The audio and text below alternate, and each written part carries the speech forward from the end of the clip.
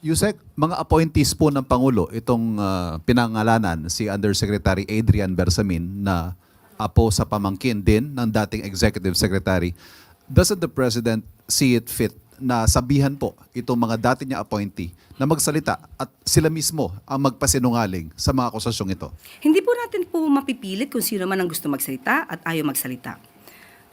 Basta po ang Pangulo, isinususog niya po ang accountability at transparency. Follow-up question mula kay Chona Yu. Yusek, can the palace categorically deny that there is no such communication na palitan ng communication between the President and Yusek Bersamin? Nakita niyo na po ba yung communication?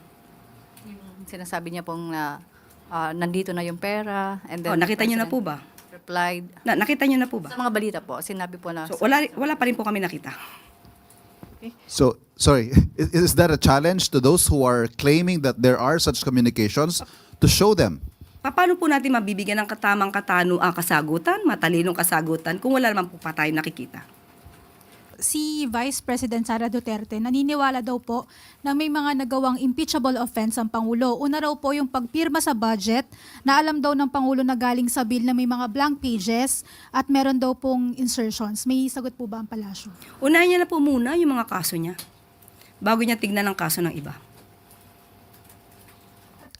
Sinabi din po niya, Yusek, na impeachable offense din daw po yung pag hindi ng isang opisyal kapag natatanong ng competency at kapag may nagsasabi daw na gumagamit siya ng illegal na droga. Unahin niya po yung sarili niya. At siguro mas maganda itanong niya yan sa kanyang ama.